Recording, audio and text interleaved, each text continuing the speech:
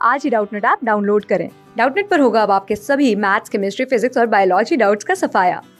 बस अपने क्वेश्चन की फोटो खींचो, उसे क्रॉप करो और तुरंत वीडियो सोल्यूशन पाओ। Download now. क्वेश्चन में हमसे पूछा गया है कि हैप्लॉइड्स में रिसेसिव और डोमिनेंट दोनों ही खुद को एक्सप्रेस कर पाते हैं, इसका कारण क्या है। अब क्योंकि हम रिसेसिव और डोमिनेंट की बात कर रहे हैं तो यहाँ पर इनहेरिटेंस के कुछ लॉज को याद करना हमारे लिए इम्पॉर्टेंट हो जाता है। जो मेंडल ने गार्डन पीज के ऊपर रिसर्च करी थी अपनी पाइसम सटाइवम के प्लांट पे, तो इसके बाद में सक्सेसिव ईयर्स में कई सारी जनरेशन्स कल्टिवेट करने के बाद ये कुछ जनरलाइजेशंस पर पहुँचे थे जिन्हें मेंडल्स लॉज के रूप में आज जाना जाता है। और उसमें जो सबसे पहला हमारा लॉ है वो है लॉ ऑफ डोमिनेंस। इस लॉ के हिसाब से जो भी कोई लिविंग ऑर्गेनिज्म कैरेक्टर्स एग्जिबिट कर रहा है या जो भी उसका फिनोटाइप है, ये फिनोटाइप डिपेंडेंट होता है उसके जेनेटिक मेकअप पे या उसके जीनोटाइप पे। और किसी भी कैरेक्टर को जो जीन अफेक्ट कर रही है, इस जीन के स्लाइटली डिफरेंट फॉर्म्स हमें अलग अलग इंडिविजुअल्स में मिल सकते हैं जिन्हें अलील्स कहा जाता है, और यही इंडिविजुअल्स को एक दूसरे से अलग बनाते हैं।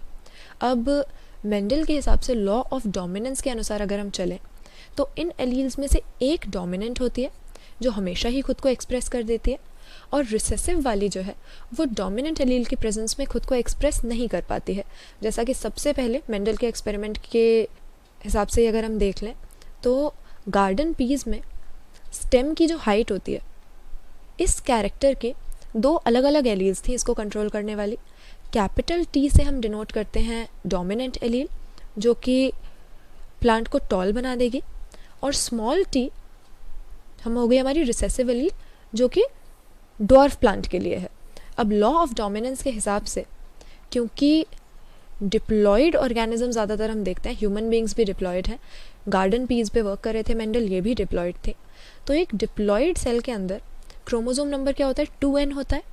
तो किसी भी जीन की दो एलील्स हमारे पास होंगी, डिप्लॉयड हैं क्योंकि हमारे सेल के अंदर 2n क्रोमोसोम नंबर है, तो हमारे पास दो कॉपी हैं क्रोमोसोम्स के, दो सेट हैं, इसीलिए हर जीन की दो एलील्स होंगी।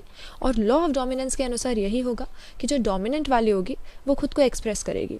जैसे अगर डिप्लॉयड ऑर्गेनिज्म में हाइट की ये दोनों एलील्स हैं, एक छोटा टी और एक बड़ा टी, तो उस ऑर्गेनिज्म का जीनोटाइप तो हेट्रोजाइगस हो गया, टॉल और ड्वार्फ दोनों की एलील उसके पास में है, लेकिन इसका फिनोटाइप क्या होगा, ये प्लांट टॉल हो जाएगा क्योंकि लॉ ऑफ डोमिनेंस के हिसाब से हमारी जो टॉल वाली एलील है वो खुद को एक्सप्रेस करेगी और रिसेसिव वाली एक्सप्रेस नहीं कर पाएगी। तो यहाँ पे कह क्या रहे हैं, मेंडल का लॉ ऑफ डोमिनेंस तो डिप्लॉयड सेल के हिसाब से था, लेकिन यहाँ पे कह रहे हैं कि हैप्लॉयड में रिसेसिव और डोमिनेंट दोनों ही एक्सप्रेस करती हैं। तो हाँ, ये तो ऑब्वियस बात है। डिप्लॉयड सेल के अंदर क्योंकि हर क्रोमोसोम का हमारे पास दो सेट होता है, हर जीन की दो एलील होती हैं, तो उसमें से एक जो डोमिनेंट होगी सिर्फ वो खुद को एक्सप्रेस कर पाएगी, रिसेसिव वाली दब के रह जाएगी। लेकिन अगर हैप्लॉयड सेल की हम बात करें जिसमें एक ही सेट है क्रोमोसोम्स का, तो किसी भी जीन की उसके पास एक ही एलील आएगी, रिसेसिव वाली एलील आ गई तो वो खुद को एक्सप्रेस कर जाएगी क्योंकि उसको दबाने के लिए, उसके ऊपर डोमिनेट करने के लिए दूसरी एलील तो है नहीं। तो इसीलिए हैप्लॉयड सेल में चाहे रिसेसिव हो चाहे डोमिनेंट हो, दोनों ही खुद को एक्सप्रेस करेंगी, क्योंकि रिसेसिव कब दब जाती है, कब नहीं एक्सप्रेस हो पाती, डोमिनेंट की प्रेजेंस में। और अगर दूसरी कोई एलील है ही नहीं तो रिसेसिव वाली भी एक्सप्रेशन करेगी।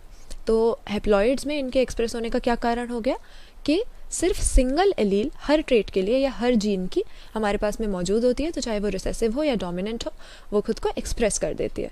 तो ऑप्शन ए यहाँ पे हम अपना सही आंसर कर देंगे।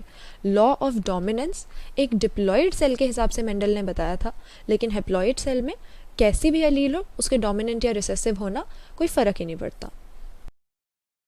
क्लास 6 से 12 से लेके नीट, IIT, जेईई मेंस और एडवांस के लेवल तक 10 मिलियन से ज्यादा स्टूडेंट्स का भरोसा।